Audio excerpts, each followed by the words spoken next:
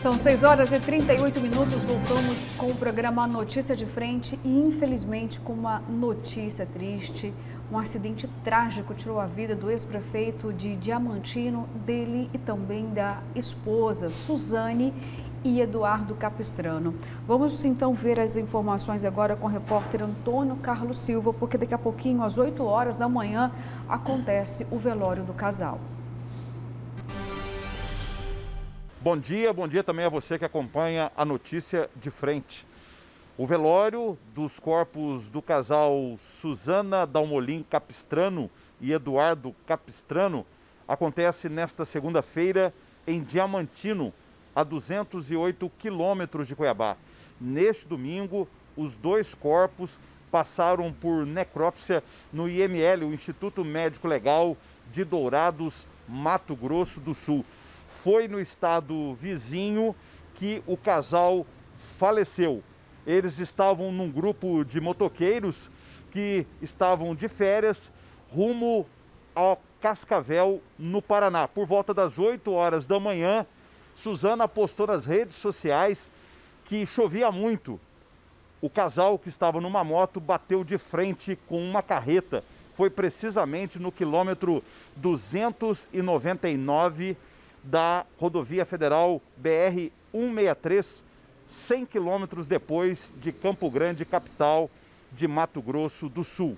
Eduardo foi prefeito de Diamantino entre os anos de 2017 e 2020. No ano passado, ele tentou a reeleição, mas não conseguiu se reeleger. Ele é filho do ex-prefeito de Diamantino e ex-deputado federal Erival Capistrano.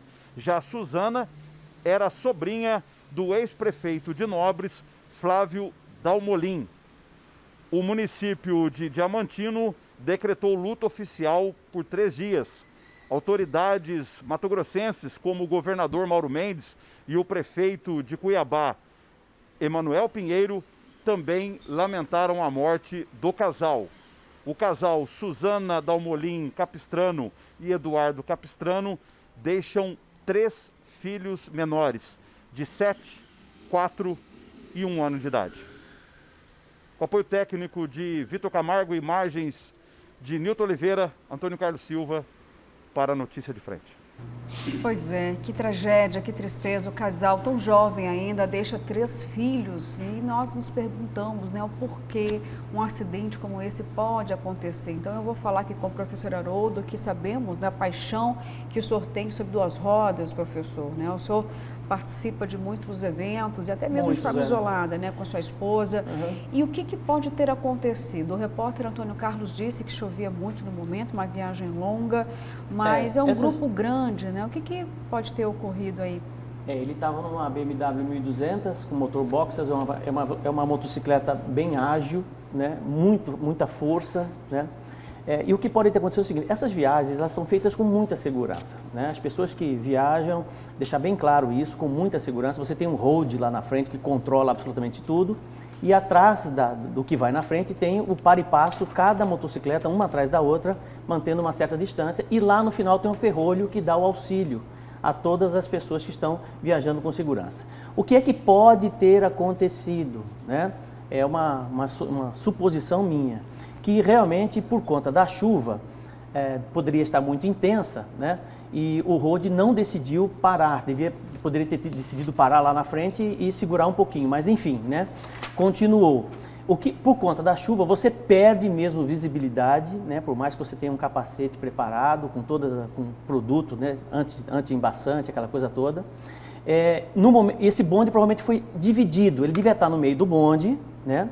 E aí um grupo saiu, fez a ultrapassagem normal, e ele ficou para trás, tornando-se o cabeça de outro bonde, porque o bonde ficou dividido de motocicleta, né? E com muita chuva, provavelmente ele foi fazer a ultrapassagem sem acompanhar o bonde da frente, porque o bonde já tinha ido, e aí ele não viu o caminhão vindo lá para cá por conta da baixa visibilidade, e aí acabou batendo de frente com o caminhão. Eu particularmente acredito que seja dessa forma, porque o bonde, como é uma peça só, de 20, 30, 40 motocicletas muitas vezes, né? Quando acontece um acidente, acontece com todo mundo. Você está entendendo? Quer dizer, não tem como. Então, ou ficou dividido ali, ou ele se ficou para trás e acabou tentando acompanhar o bonde, como aconteceu com aquele rapaz que também acabou morrendo, que é o namorado da Carla Bora, né, que ficou para trás do grupo, recentemente, bateu a 200 e poucos quilômetros por hora, né, e acabou querendo acompanhar o grupo, acabou batendo. Né? Motocicleta é igual arma, você precisa saber usar. Né? Na motocicleta não mata ninguém. Se você não respeitar a velocidade, se você não respeitar, se você não tiver um grau de atenção alto por conta da motocicleta, o para-choque da motocicleta é a sua cara, isso é fato, né? Não tenha dúvida disso. E eu tenho certeza que todos eles têm curso de pilotagem, têm absolutamente tudo, né? Mas é algo que realmente entristece muito por conta exatamente do evento. 3 crianças, né, que ficaram sem os pais, meus sentimentos a toda a família, né? Realmente é muito doloroso você ver uma situação como essa, mas para quem convive com isso todo final de semana eu viajo para algum canto, eu sei exatamente o que é que pode ter acontecido e eu acredito que tenha acontecido exatamente isso e certamente ao longo da investigação vão identificar, os próprios colegas podem inclusive dar o veredito do que é que pode ter acontecido, que eu acho importante isso também. Tá certo, professor. Bom, Kleber Lima, Diamantino está em luto no momento. O que eu posso dizer é só isso também, lamentar, expressar a nossa solidariedade, né? A família é conhecida na cidade. Diamantino é uma cidade muito unida, apesar das divergências que há na política, mas o diamantinense tem um senso de unidade, de bairrismo muito forte, né? Então eu imagino que a cidade inteira está passando por essa comoção aí. Então, o que a gente pode fazer aqui, da minha parte, que não conheço nada de motociclismo, é expressar as minhas condolências e o alerta, né? Me somar ao alerta feito pelo Haroldo, que a gente sabe que moto é a parte frágil no trânsito, né? Não tem jeito. Só é mais forte que ciclista e pedestre, mas é mais frágil que todos os outros componentes do trânsito. Então, quando for usar, para os praticantes que gostam, né?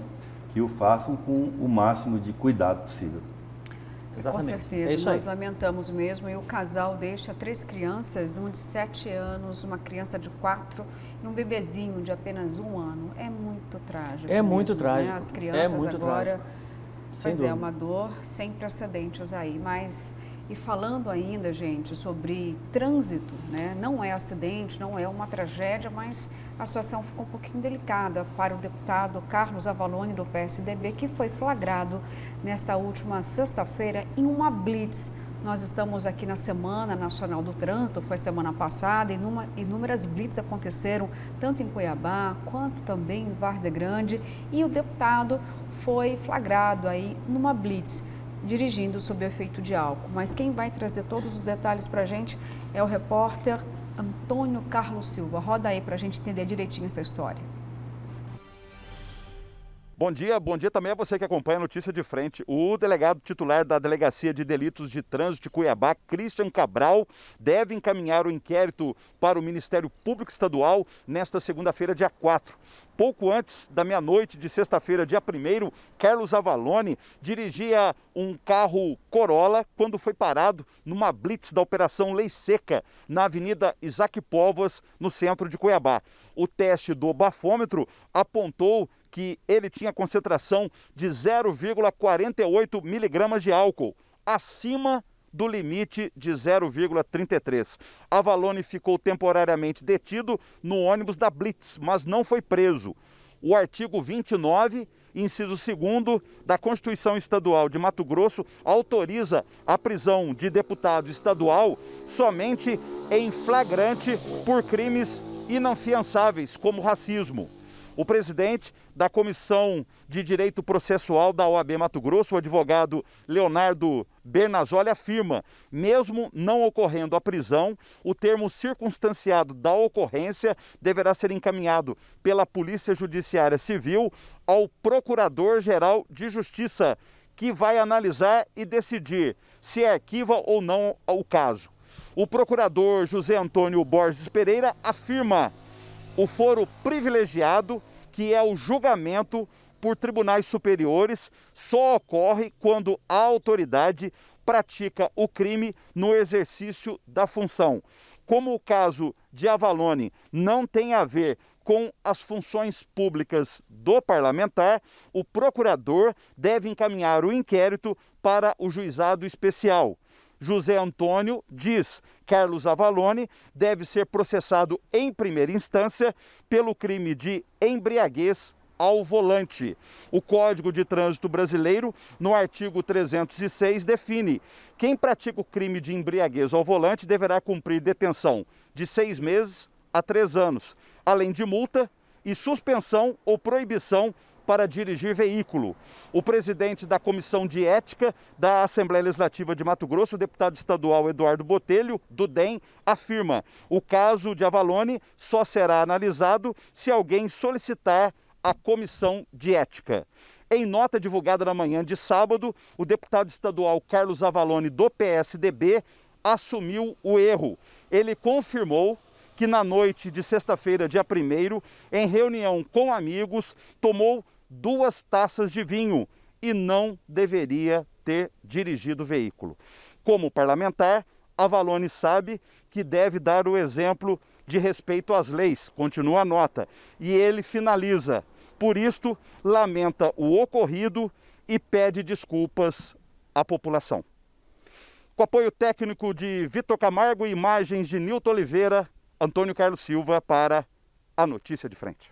Obrigada, Antônio. Kleber Lima, queria ver contigo 2 questões importantes que o repórter Antônio Carlos destacou. Não há o que se falar no caso de imunidade parlamentar, porque o crime não tem nenhum tipo de relação com o cargo, né? No caso, ele é um deputado, um parlamentar, então não tem nem relação nenhuma, e aí vai para a primeira instância no caso, esse processo. Agora, o fato também do parlamentar ter pedido desculpas, não teve tentativa de carteirada, dá para a gente fazer uma análise também comportamental. Crime é crime, de fato, não podia estar dirigindo sob efeito de álcool, mas podemos ter essas 2 leituras, porque a população fica sempre pensando: peraí, ele não foi preso, ele não pagou a multa é pesada, né? Quase R$3.000, então a gente precisa dar esse esclarecimento para a população. Todo o trâmite foi correto, nada ficou debaixo do tapete?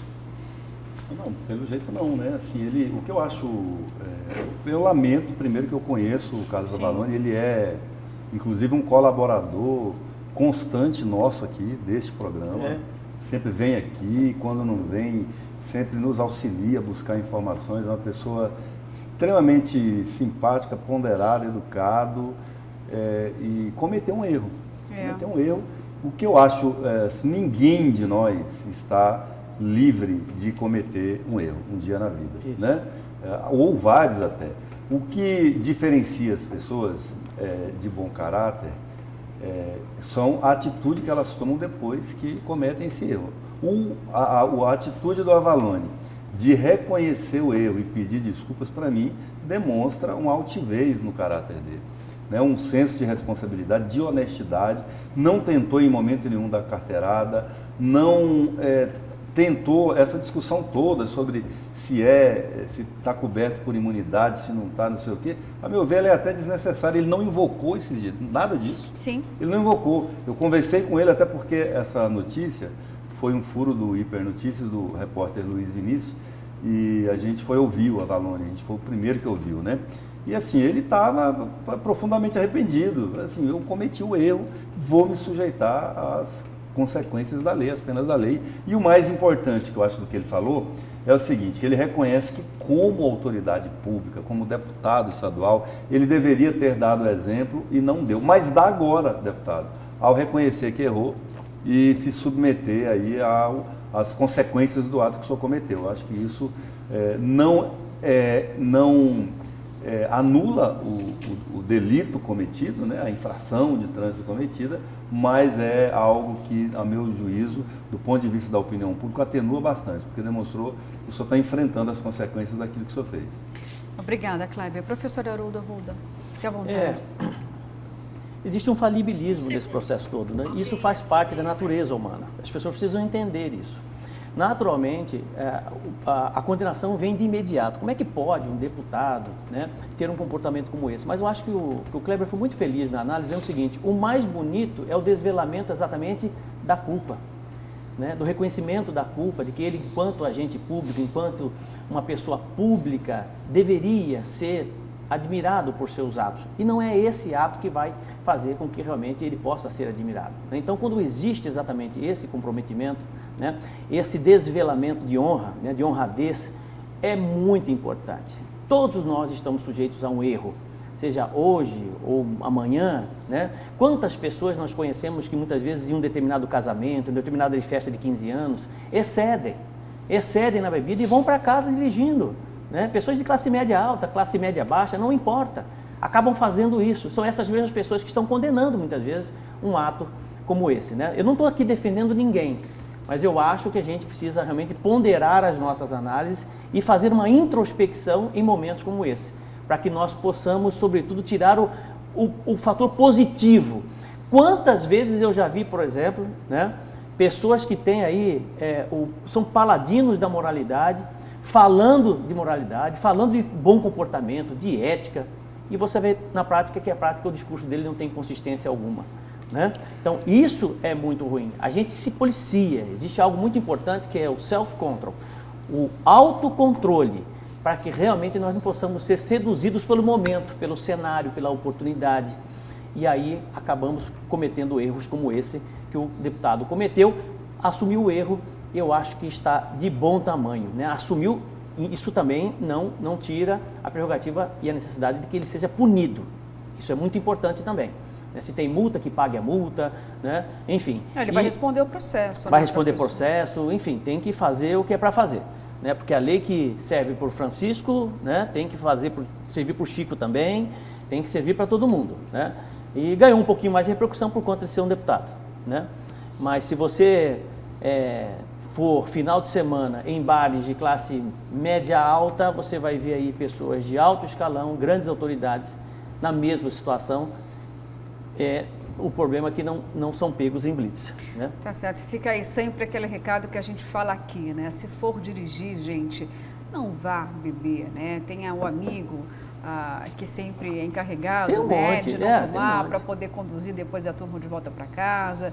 Tem aí aplicativos, né? Os motoristas, para que você possa sair para beber, se é o que você deseja, sem poder aí cair numa blitz ou causar um acidente. Seria o mais grave, né? Graças a Deus, nesse caso não houve teve acidente, não houve vítimas, ele só foi pego na fiscalização. A blitz é uma fiscalização. Eu, sobre o assunto anterior do acidente lá com o ex-prefeito, fiz uma busca rápida aqui, porque eu não tinha um número de cabeça, mas eu sabia que era muito alto, né? E até me surpreendi. Vou até ler aqui um trecho do portal do trânsito.com.br que fala o seguinte: o ano de 2020 registrou novamente um crescimento no número de acidentes envolvendo motociclistas. Segundo dados da Polícia Rodoviária Federal, 8 a cada 10 pessoas que morreram em acidentes de trânsito no Brasil no ano passado são homens e 90% dos acidentes envolveram motociclistas.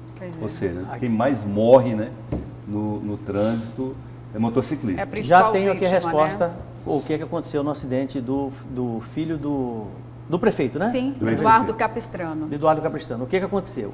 Ele estava, lembra que eu falei do bonde? Sim. Do bonde, um anda para e passo, um anda aqui, outro anda aqui. Existe um distanciamento, tá? O que aconteceu?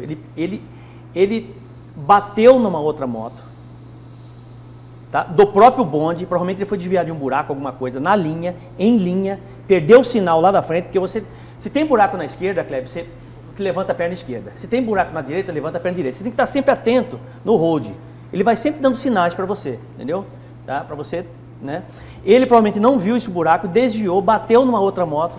Segundo aqui a pessoa, ele perdeu o controle, provavelmente estava no bonde.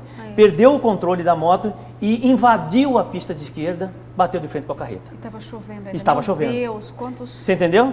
A carreta não teve nem chance de frear, A né? carreta não teve nem chance de frear. Aqui, ó. Então, eles estavam em 11 casais, acabou chocando com uma moto, ele se desequilibrou, e não é difícil você engarupado você desequilibrar, e bateu de frente, engarupado que ele estava com a esposa, e bateu de frente com uma carreta sentido contrário. Exatamente isso, tá vendo? E chovendo, aí realmente Entendeu? Tragédia, Outra meu Deus. coisa, ele pode ter pego também uma aquaplanagem ali, né? Uhum. Aí a moto, ela perde em alta velocidade, ela pode Perde perder, aderência, né? perde aderência, ele foi consertar, bateu na moto, perdeu o controle, entrou na pista. E esse contrária. outro motoqueiro, a gente não tem notícia, né? O que aconteceu? Não Como? caiu o outro motoqueiro em quem ele Não, colidiu? não caiu. Ele deve ter batido na traseira da outra moto. Isso acontece. Podia ter sido pior, então, Podia né? ter sido muito pior. Muito pior. Porque bonde, isso que eu falei para vocês, já teve um acidente no Espírito Santo que foram 20. Um cara de uma caminhonete entrou em sentido contrário e levou os 20, assim. Uma coisa absurda, arrastou os 20, entendeu? E aqui foi exatamente isso aqui que o nosso telespectador está nos mandando. Não vou revelar a fonte para não... Claro. Né? Mas obrigada, isso. viu, professor, Tá, pelas obrigado informações. ao nosso amigo aqui. Bom, gente, mudando um pouquinho de assunto agora, vamos novamente ao vivo com o nosso repórter Daniel Santos. Vamos falar de política mais uma vez, porque tem a Lei Orçamentária de 2022 de Cuiabá.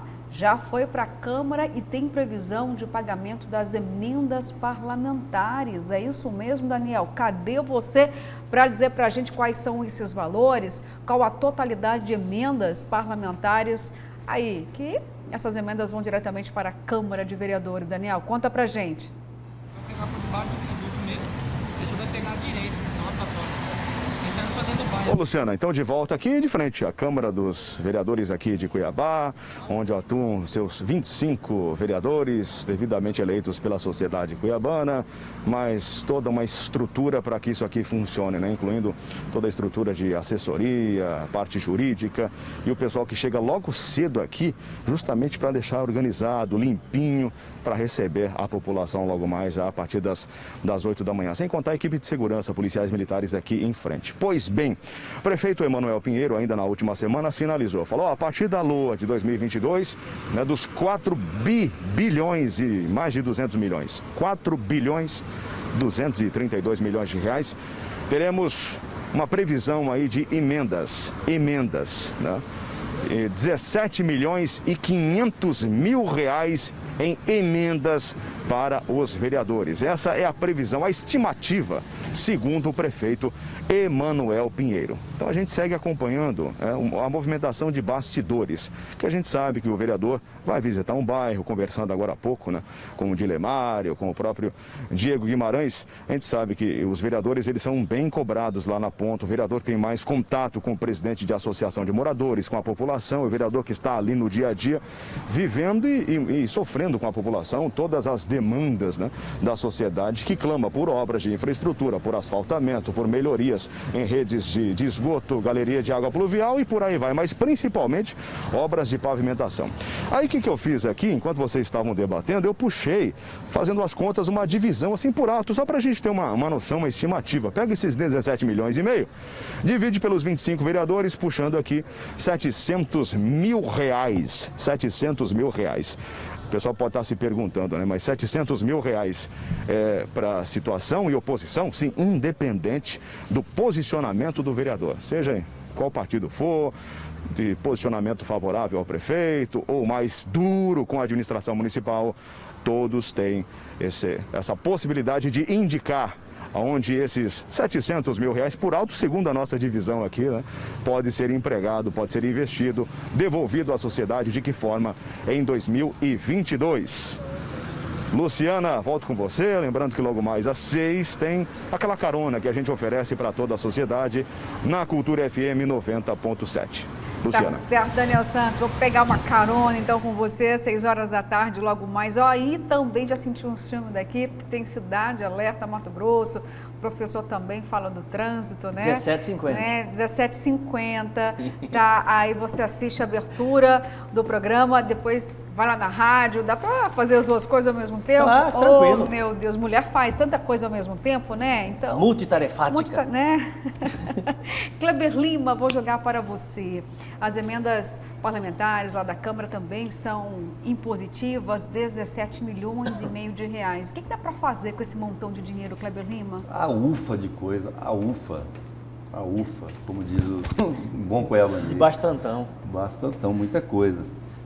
O problema é assim, as emendas, eu gosto mais das emendas coletivas e de bancada do que das emendas individuais, porque A rigor, as emendas individualmente não são tão expressivas. Eu não sei exatamente o valor, se tiver algum vereador aí na audiência, manda aí a informação para a gente, né? Mas quando você junta as emendas de um grupo de vereadores, você consegue produzir coisas mais estruturantes, né? Para Aparecem a cidade, mais. que aparecem mais, que tenham uma utilidade maior, né? Porque senão fica coisinha pequenininha aqui, acaba ajudando, auxiliando de alguma maneira. Mas eu gosto mais das emendas coletivas. E eu gostei da sua sugestão, Kleber Lima. Faz todo o sentido. Cuiabá ganharia muito mais, professor. Muito mais.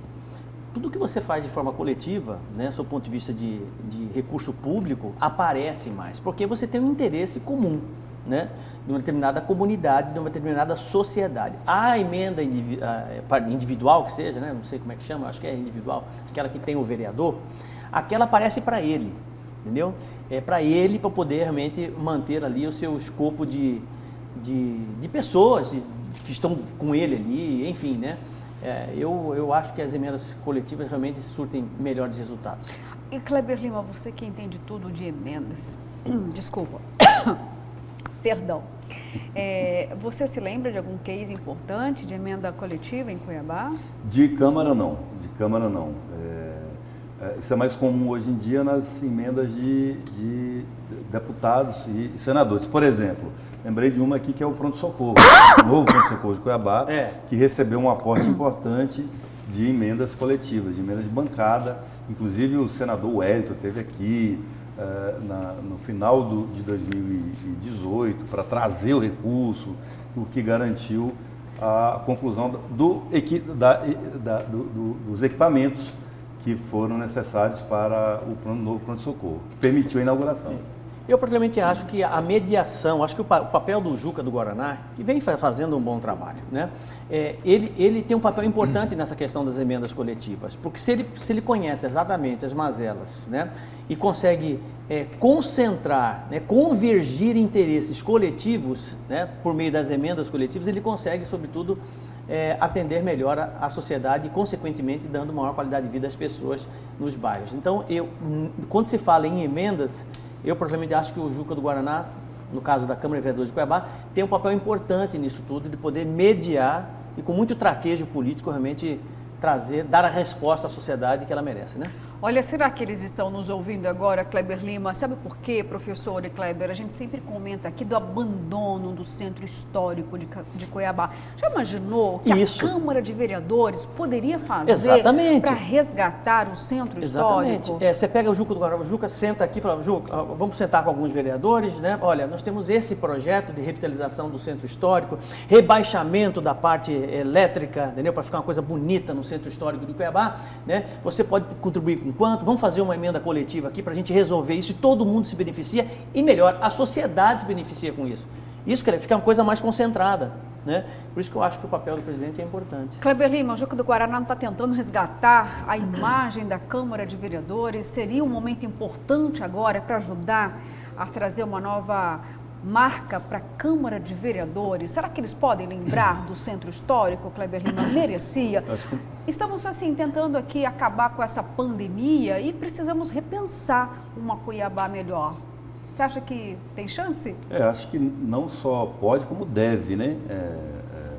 O Centro Histórico de Cuiabá, assim, aliás, até mandou aqui uma mensagem para mim, o seu Carlos Fuá, que ele é um articulista que gosta, cuiabano, gosta das coisas que sempre fala na cultura cuiabana, e ele ficou feliz da gente abrir o programa hoje falando dos bairros, dos pontos históricos e aspectos, né, da cultura cuiabana, essa coisa das gangues, dos grupos, não era, né, uma coisa assim que marca também a história do povo local, né, um negócio bacana. E, de fato, Luciana, até registrei isso lá no IP Notícias também esse fim de semana, nesta gestão do vereador Juca, a gente está conseguindo algo que parecia impossível, que era tirar aquela pecha, aquela imagem de Casa dos Horrores da Câmara de Cuiabá. Assim, pelo menos não tem, na gestão dele, que é recente, a Câmara não tem se envolvido em grandes polêmicas, e uma das coisas, por exemplo, que mais desgasta a imagem da Câmara, que é a tal da VI, ele conseguiu algo inédito que nenhum vereador antes dele, nenhum presidente de Câmara antes dele tinha tentado, ou tido êxito, pelo menos, né, logrado êxito, que era chamar Ministério Público, Judiciário e chegar num valor que fosse aceitável para a VI. Isso. Né? Olha, o que vocês concordam, o que vocês acham justo? Nós queremos resolver isso, porque a gente precisa da VI também como uma verba para auxiliar na manutenção, no financiamento das atividades legislativas parlamentares. O vereador, já disse isso aqui, ele não atua só dentro da sessão, assim como o deputado, o senador. Ele é vereador 24 horas por dia. Fora das sessões, ele tem gabinete, ele recebe pessoas, recebe demandas da sociedade, ele tem que fazer reuniões nos bairros, ele muitas vezes precisa viajar para outros lugares para poder conhecer experiências bem-sucedidas, para trazer essa experiência para cá e propor na forma de projeto. Enfim, ele tem um custo para exercer bem o mandato dele, além de ajuda mesmo, financeira, que o vereador como eu já disse aqui, igual o presidente do bairro, né? A primeira pessoa que é procurada quando alguém do bairro tem um problema de saúde, uma emergência, quer algum tipo de socorro ou de reclamação, a primeira porta que ele bate é a do vereador. Aí depois, do presidente de bairro, do vereador, depois que ele vai graduando, o secretário, o prefeito, o deputado estadual, o governador, o deputado federal e o presidente da República. É muito raro, né? Alguém ter acesso para ir pedir, fazer alguma reivindicação. Né? Então isso acontece ali. E a ideia de ele propor que a Câmara atue em bloco para atender aquilo que seja prioridade. De repente, a Câmara, por exemplo, está fazendo audiências públicas para discutir a LOA. Né? Nessas audiências é uma oportunidade da Câmara entender, identificar aquilo que sejam demandas que eles possam atender utilizando as emendas parlamentares. A diferença é que quando a emenda é coletiva, o vereador não capitaliza tanto individualmente. E ele também precisa capitalizar politicamente alguma coisa, porque ele é eleito por um bairro ou região, neste exemplo. Então tem demandas daquele bairro ou região que às vezes não é tão expressiva para o restante da cidade, mas é para aquela comunidade. Aquela creche, por exemplo, ali, que é uma reivindicação do bairro. Creche, uma ponte, um campo de futebol, uma praça, enfim. Eu já estive em Porto Alegre, algum tempo atrás, acompanhando assembleias do orçamento participativo que foi criado lá. É um produto made em Porto Alegre e que reconhecido pela ONU, conhecido no mundo inteiro, que é trazer a comunidade para participar das discussões e depois das decisões de onde se aplica o dinheiro. A Câmara pode exercer a mesma coisa que essas assembleias da comunidade, porque, na verdade, as assembleias do orçamento participativo, elas representam, às vezes, um conflito com a Câmara, que é um papel da Câmara. Como ela não faz, aí os vereadores acabam fazendo. Então, é uma oportunidade. Desculpa pela demora na fala. Não, Kleber Lima, até porque é muito importante. A gente aqui não está jogando uma conversa fora, não. É importante essa reflexão até para você aí, que está nos assistindo, cobrar do seu vereador, porque estamos dando aqui uma contribuição com ideias. Na verdade, nós estamos dando um empurrãozinho para o Juca do Guaraná fazer o gol. Isso. Né? O Juca nos assiste todos os dias, né? Acredito que esteja nos assistindo hoje também, para ele realmente acender a luz e falar assim, olha, eu posso fazer isso de forma coletiva, né? E fazer um encaminhamento para atender realmente a sociedade por conta dessas emendas coletivas aí. O ex-vereador, suplente hoje, Adilson da Levante, me mandou aqui uma publicação do Diário Oficial do Estado, de janeiro desse ano, com as emendas da legislatura do ano passado. Certo. Né? E aí eu vou só para dar algumas aqui como exemplo do que tem uma aqui, a primeira da lista aqui, do ex-vereador Justino Malheiros. Reforma e manutenção da escola Darcy Ribeiro, valor R$200 mil. Aí tem uma aqui do Sargento Joelson. Reforma da Escola Municipal de Ensino Básico Marechal Cândido Mariano Rondon, valor R$50 mil. Vou ver se eu acho uma do Adilson aqui, que foi quem mandou. Até para Adilson da Levante. Reforma do Centro Comunitário do bairro Santa Laura, valor R$125 mil. Juca do Guaraná. Implementações de assistência social na creche Minazac, R$100 mil. Misael Galvão, revitalização, reforma e ampliação da unidade educacional creche municipal Elzira Cavalcante da Silva, valor R$250 mil. Então, as individuais são por aí que elas funcionam. Tá certo, Kleber Lima, obrigada, viu? Informação importante para que as pessoas possam entender melhor a função aí das emendas parlamentares. Olha só, o tempo avança, em 7h12. Eu vou chamar um rápido intervalo, mas daqui a pouquinho nós voltamos.